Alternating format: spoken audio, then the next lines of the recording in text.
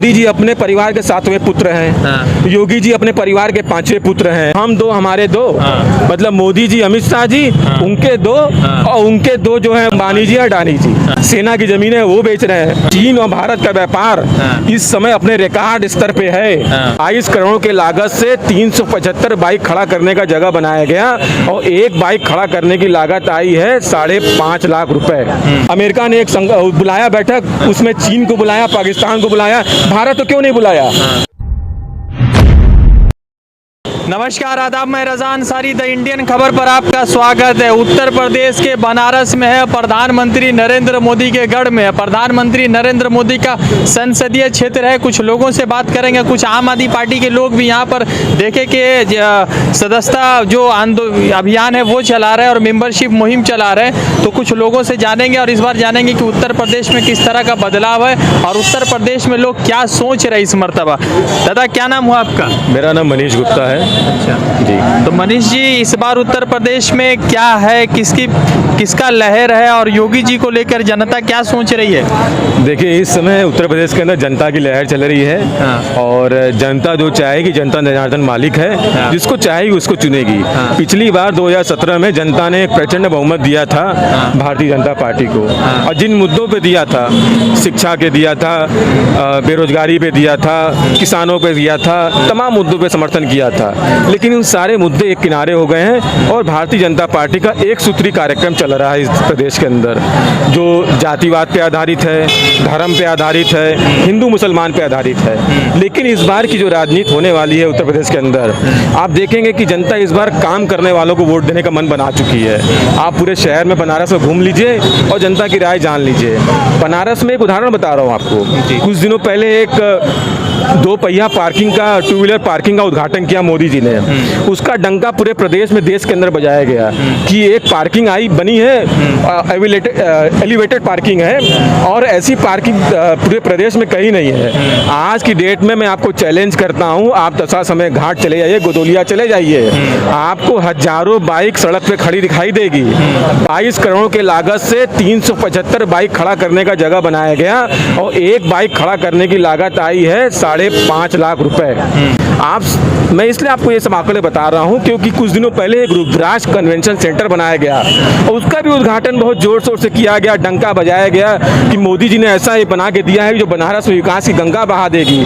आप जाके देख लीजिए, 1 लाख रुपए प्रति घंटा उस रुद्राक्ष कन्वेंशन सेंटर का किराया है। और जब से उसका उद्घाटन हुआ है, एक कार्यक्रम के अलावा दूसरा कार्यक्रम उसमें हुआ नहीं है। मोदी जी और योगी जी की सारी योजनाएं सफेद हाथी साबित हो रही हैं। इनकी योजनाएं खाली दिखावे की है, ये दीवालों को चमका देते हैं, अंदर से दीमक लगा है। तो देश को दीमक की तरह खाने वाली इनकी योजनाएं हैं, जमीन पे कोई योजना नहीं है। अगर मैं कहता हूं 186 करोड़ में आप एक कन्वेंशन सेंटर बना देते हैं, उतना पैसा आप कोई कल कारखाना स्थापित करवाते हैं, बुनकरों का आप काम करते, बुनकर भुखमरी के हालात में है। फ्लैट रेट की बात कर रहा है, बिजली के मुद्दे पर आंदोलन कर रहा था, व्यापारी आंदोलन कर रहा है, बिजली कर्मचारी आंदोलन कर रहे हैं, तमाम लोग आंदोलन कर रहे हैं। आप अभी DLW चले जाइए, वहाँ के कर्मचारी आंदोलन कर रहे हैं। तो सारे कर्मचारी आंदोलन कर रहे हैं और मोदी जी और योगी जी पता नहीं कौन से मुगालते में जी रहे हैं। मुझे तो लगता है कि इनको लगता ही नहीं कि भारत के प्रधानमंत्री हैं। मुझे तो लगता है कि ये लोग कहीं पाकिस्तान या बांग्लादेश के तो प्रधानमंत्री नहीं है, क्योंकि इनको चिंता वहाँ के लोगों की ज्यादा है। वहाँ टमाटर का रेट बढ़ जाने से वहाँ आप देखिए, पाकिस्तान में महंगाई से हाहाकार, जनता परेशान। अरे देश के अंदर 110 रुपए लीटर पेट्रोल बिक रहा है, इनका मुंह बंद है। 250 रुपए लीटर आपका सरसों का तेल बिक रहा है, इनका मुंह बंद है। 400 रुपए का गैस 1000 रुपए में बिक रहा है सिलेंडर, इनका मुंह बंद है। जो एक योजना चलाई थी, गरीबों को आप मुफ्त सिलेंडर देंगे, आप किसी गरीब के घर में जाके देखिए, वो खुद लकड़ी से खाना बना रहा है। वो देखिए, अरे खरीदेगा कैसे जब खाने को पैसा नहीं है? तो गैस कहाँ से खरीदेगा 1000 रुपए की? तो इनकी सारी योजनाएं हवाई सफेद हाथी है। और मुझे लगता है कि जिस तरह से मोदी जी आए हैं देश के अंदर, बहुत जल्दी इनके घर वापसी का समय हो गया है और इनका घर वापसी का रास्ता उत्तर प्रदेश से खुलेगा। आप लिख के ले लीजिए, 2022 में मोदी जी को हम लोग उत्तर प्रदेश से वापस गुजरात भेज देंगे। ये पक्की बात है। एक चीज़ ये है कि योगी जी कह रहे हैं कि सबसे ज़्यादा रोजगार और सबसे ज़्यादा बेरोजगारी यही है और बेरोजगार का दर सबसे कम है। युवाओं का बहुत रोजगार दिया है उन्होंने, कल कहा इंडिया मतलब आज तक के इसमें कॉन्क्लेव में। अरे आपको कहिए तो एक तो स्क्रीनशॉट दिखाता हूँ, किसी मीडिया में निकला था 300 करोड़ लोगों को इन्होंने रोजगार दे दिया। तो पता नहीं कौन सा खाना खाते हैं या कुछ खाते पीते हैं, कुछ करते होंगे, मुझे नहीं पता है, लेकिन कुछ गड़बड़ है। मतलब ऐसा लगता है करोड़ लोग कहाँ पर है भैया 300 को हमें लगता है कि पाकिस्तान, बांग्लादेश, भूटान, नेपाल सबकी गिनती करते होंगे। एक समय में सब भारत में ही था तो उनको लगता है कि वो लोग अभी पाषाण काल में ही जी रहे हैं। उनको लगता है कि सब हमारा पूरा विश्व हमारा ही है, वहाँ का भी रोजगार अपना गणना कर लो और अपने प्रदेश में ही दिखा दो कि 300 लोगों को रोजगार दे दिया।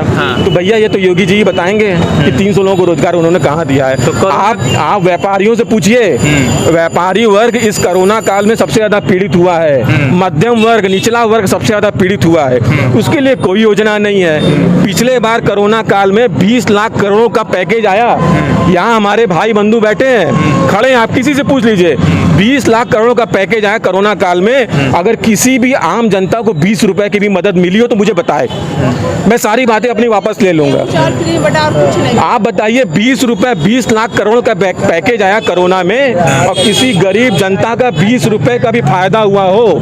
यहाँ हमारी बहन जी खड़ी हैं, अभी क्या कह रही हैं, 48 रुपए का राशन आप फ्री में दे रहे हैं। मोदी जी, योगी जी का फोटो लगाते हैं, मुझे तो लगता है कि 50 रुपए का तो झोला ही पड़ गया होगा छपाई लेके। अच्छा, तो योगी जी और मोदी जी अभी जितने भी ओलंपियन है, जो लोग भी जीत के आए, चाहे गोल्ड मेडल जीत के आए, सिल्वर मेडल जीत के आए, तो उनके घर पे देख रहे, उनके तस्वीर पर देख रहे कि उनका तस्वीर छोटा है, मोदी जी का तस्वीर कहीं गुना बड़ा है। देखिए, ये भारतीय जनता पार्टी की राजनीति है। काम किसी और का, फोटो किसी और का, मोहर किसी और का, ये लगा के काम करना, ये भारतीय जनता पार्टी की राजनीति चलती आ रही है। आप देखिए, आज जो है खेल कूद का जो मंत्रालय है उसका 250 करोड़ रुपए का बजट कम कर दिया जाता है।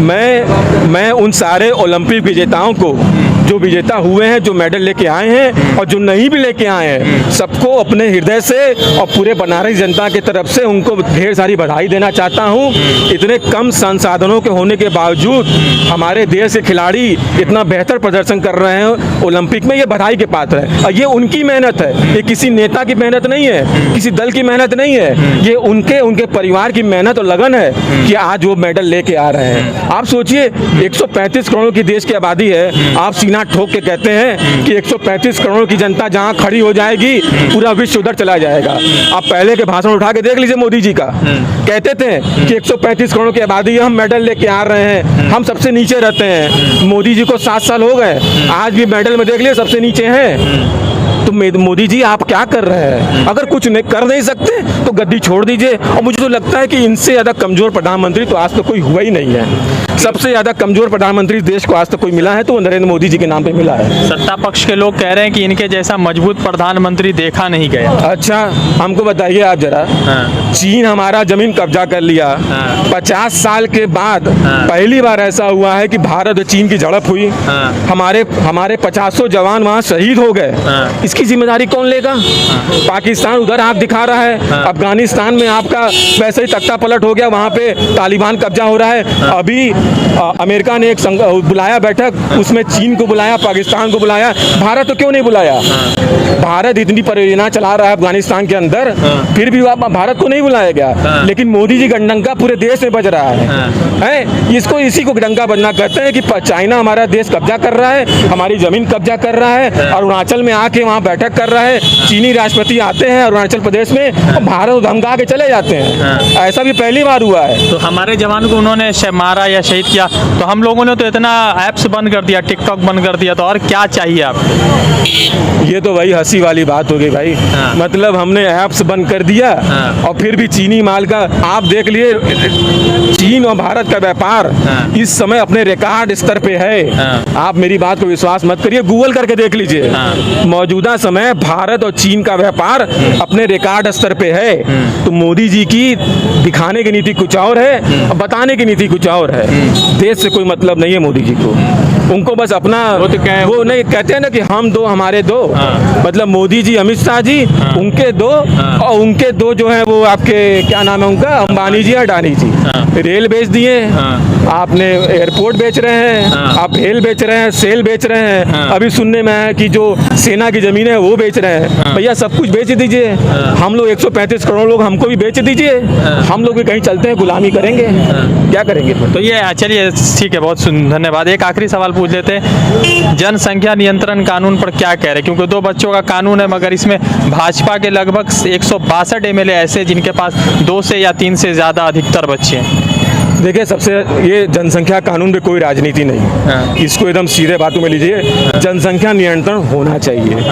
आज हमारी आबादी बहुत ज़्यादा बढ़ गई है, इसमें कोई राजनीति नहीं होना चाहिए, लेकिन ये कह कौन रहा है होना चाहिए। मोदी जी कितने भाई बहन है जरा बताइए। मोदी जी अपने परिवार के 7वें पुत्र हैं, योगी जी अपने परिवार के 5वें पुत्र हैं, और इस कानून को संसद में लाया कौन, रवि किशन जी, जो खुद 4 बच्चों के बाप हैं। तो पहले ये इस्तीफा दे दें। अगर इनको चाहिए कि 2 बच्चे कानून होना चाहिए, हम भी कहते होना चाहिए, ये इस्तीफा दें और आ जाएं, छोड़ दे सत्ता के लालची है ये। भाई हमारे तो 2 बच्चे हैं, मेरे खुद के 2 बच्चे हैं, हमें तीसरा बच्चा नहीं चाहिए। 2 बच्चों का ही भरण पोषण कर ले, उनको पढ़ा ले, लिखा ले, शिक्षा दिला ले, यही बहुत है। गंगा जी में लाशें बह रही है, क्या चुनावी मुद्दा है इस बार? बिल्कुल है। कोरोना के नाम पे इस देश को बर्बाद किया गया है, कोरोना के नाम पे घोटाला किया गया। पहले ऑक्सीमीटर घोटाला हुआ, थर्मामीटर घोटाला हुआ, अभी कोरोना की 3rd वेव आ रही है, आप देख लीजिए वेंटिलेटर घोटाला हो गया।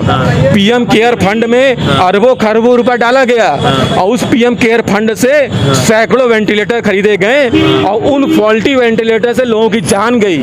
इसकी जांच होनी चाहिए, इतना घोर लापरवाही क्यों किया गया। और आप ही के पत्रकार बंधुओं ने बताया कि 10 लाख का जो सूट बना के दिया था जिस व्यापारी ने मोदी जी को, उसी व्यापारी को पीएम केयर फंड का ठेका दिया गया था वेंटिलेटर बनाने का। तो मोदी जी को जवाब देना पड़ेगा इस देश के अंदर कि कैसे ये घोटाले हो रहे हैं और लोग मर रहे हैं और ये हंस रहे हैं। आप सोचिए, बीएचयू के अंदर आते हैं मोदी जी, बीएचयू के अंदर मोदी जी आते हैं, बीएचयू में छात्रों की क्लासेस नहीं चल सकती, हॉस्टल में कोई रह नहीं सकता, लेकिन देश का प्रधानमंत्री आता है, 5000 लोगों की मीटिंग करता है, भाषण देता है, चला जाता है। अमित शाह जी आते हैं, गृह मंत्री जी आते हैं, काशी विश्वनाथ मंदिर में जाते हैं, काशी विश्वनाथ मंदिर में जाइए तो बाहर लिखा है बिना मास्क के प्रवेश वर्जित है, प्रोटोकॉल का पालन करिए कोरोना के।